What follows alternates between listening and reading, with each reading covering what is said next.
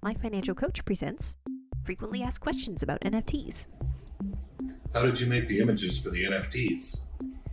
Well, NFTs are most of the time a collection of similar images. So the first collection that we wanted to do an 8-bit style of all of our coaches. So I imported their headshots into Adobe Photoshop and then applied a mosaic effect. And that allowed me to get an idea of what their facial features and their facial structure was like.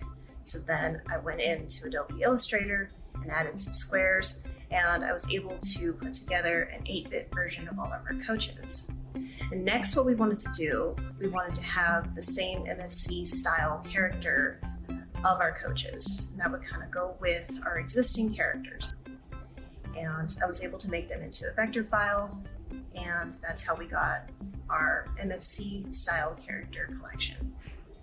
And lastly, what we wanted to do was we wanted to add a little bit of personality to each of our coaches on their NFTs. So I went and asked each coach what costume that they wanted, and they each gave me a list that they wanted, and so I was able to design costumes for each one. And so then we have our costume collection of NFTs. And lastly, we have our collection of characters from our other videos, such as our history of retirement video, such as our tale of the ghost client video.